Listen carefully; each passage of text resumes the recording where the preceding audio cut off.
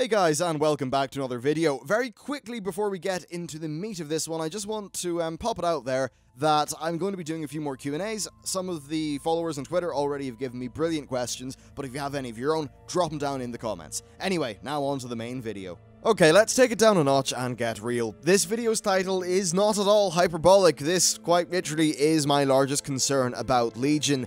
Now, you all know that I'm generally quite positive about my Legion thoughts so far, and I think much of what they've said about the expansion is brilliant. However, none of it's really tackled the place where Warlords of Draenor really and truly failed, and that is post-launch support. No matter how good Legion is at launch, it's going to flounder if they do not support it with a reasonable amount of post-launch content. Final Fantasy XIV actually has content updates every 3 months from what I hear. It's a game that people have constantly been telling me about as a good example of content being added via patches. So I looked at the patch that's coming out 3 months after the launch of Heavensward, which was their expansion, and in that people are getting story quests, 2 large dungeons, a 24-player raid, guild airship exploration, which sounds kinda cool, and a bunch of other things which I do not understand in the slightest because I don't actually play the game. But I think that's interesting to maybe keep in comparison to what we get. Warlords of Draenor had a very strong launch. The content that was built on was, I think, fraught with problems, and those problems mattered more and more as the content was relied upon for months more than it ever should have been. Who's to say that won't happen for Legion? Indeed, yes, that is a hypothetical, but the devs certainly have not acknowledged that the amount of content present was an issue, and apparently the astoundingly bland 6.2 constituted one of their largest patches ever, despite the fact a lot of it was just scaling other things to be a bit harder. Kind of off-putting. What we can do though is wonder why this happened to Warlords and why it might happen for Legion, or might not, hopefully the latter. First of all, I'm 95% sure that Warlords of Draenor was meant to have a third raid tier in the middle of the ones that we currently have that would have ended up essentially being cut. There's something going on under Shattrath City that was firmly established in the lore. There's that weird dome as well. Let's just say, I think very, very, very high chance that that was on the cards at some point. I'm pretty sure they even mentioned something to its effect back at BlizzCon 2013. Anyway, I would like to hope that Blizzard's original plan would have been for Warlords of Draenor not to have had a content drought, and not just at the end, I suppose a bit in the middle and the start as well. Many things point to this expansion having significant production issues. Farallon was cut, Tanaan was changed, there was the funny business with the hub cities, reduced scope of Ashran, and many, many, many other things. It certainly seems as if Warlords of Draenor just did not go to plan. So there is reason to believe that things won't be the same for Legion, but at the end of the day, you've got to judge based on actions and not ideally what they would have liked to happen. I certainly hope Legion will turn out grand, but we do have a worrying precedent that's already being set. Their willingness to cut all that content may, however, actually be for reasons beyond it just not working out. They are still harping on about the idea of yearly expansions for the game. Great for their bottom line, I don't think players have actually asked for it. Well, doing yearly expansions means more parallelization of their team and their workflow. You need to be working on the current game and the next expansion. That, by all means, has been the case at all times, but if you're doing yearly expansions, you need to start doing actual content development for the upcoming expansion quite a bit earlier than they probably would have done in the sort of normal case. And I think that if a bit of content for the current expansion isn't working out, and they're worrying and panicking about getting the next one out in time, then they're more likely to snip stuff than actually shift staff on to work on the current expansion's maybe patches. And I think Warlords of Draenor sort of, that matches up there. Now this topic has kind of exploded recently when they talked about how they are already working on the expansion after Legion. It was, I think it was one of the interviews at Gamescom, and honestly, I'm surprised that people were surprised, as it always has been the case that they work on expansion simultaneously, though with the yearly plan, it's probably a bit more extreme now.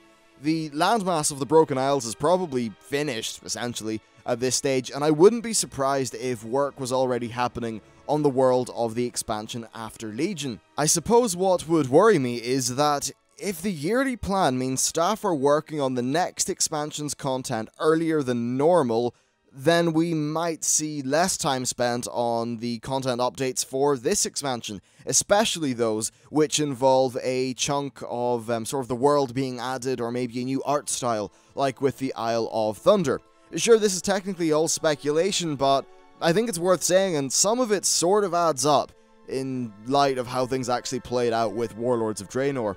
One thing that we'll never find out, but I'd love to know, is how long doing patch 5.2 would have actually pushed Warlords of Draenor back. Because 5.2 had a unique tile set, or at least a decently unique tile set. They had to make a lot of assets for it. It did a lot of stuff, and it was pretty sort of demanding on what the art team would have had to do. Certainly, I remember running up to 5.4, one of the Blizzard, I think it was Ian himself actually, who said that, yeah, we're using the Jade Forest tile set because our art people are pretty much working on the next expansion, which of course would turn out to be Legion. Now, what was interesting is they said that Warlords of Draenor and Legion were actually both possibilities and that they had to choose which would go first.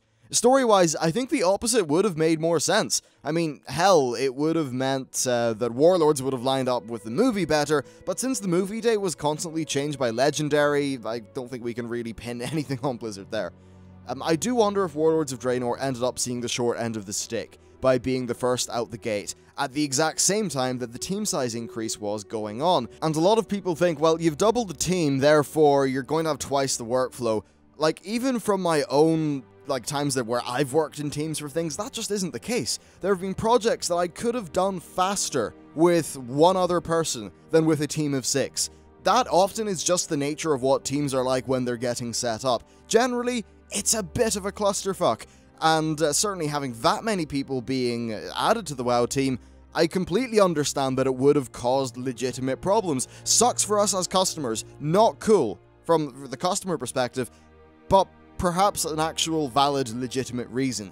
Anyway, back on topic. If they really did drop Warlords of Draenor so quickly, then perhaps Legion is going to see more time in the oven because it's the second of those to come out.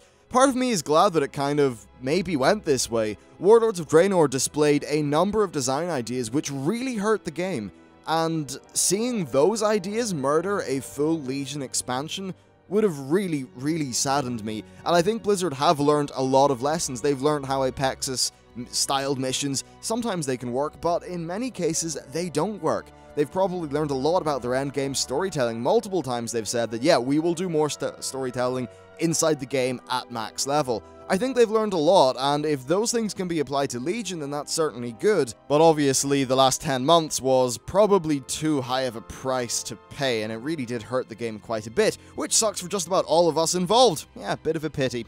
Anyway, look, if Legion is a well-supported expansion, then I think I'm going to be very happy with it.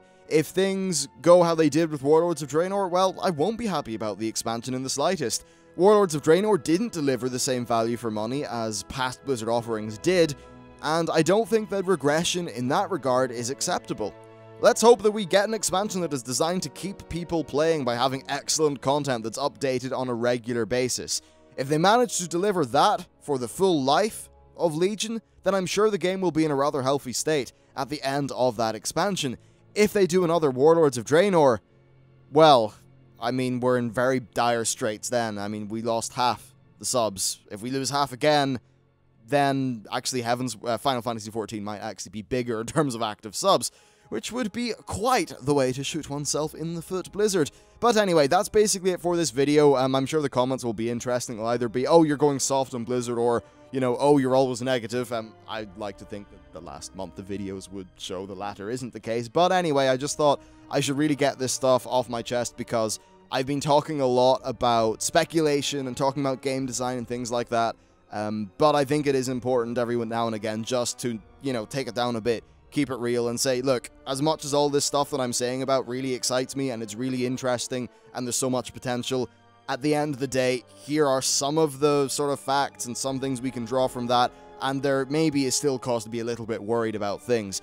Certainly, going into Legion, my perspective is, you know, I'll play the alpha, I'll see how it is. If something's good, I'll say it's good. If something's bad, I'll say it's bad. And hopefully we'll get a good expansion, because that's what we all want. Anyway, that's it for me. Thank you very much for watching the video, and I will see you next time.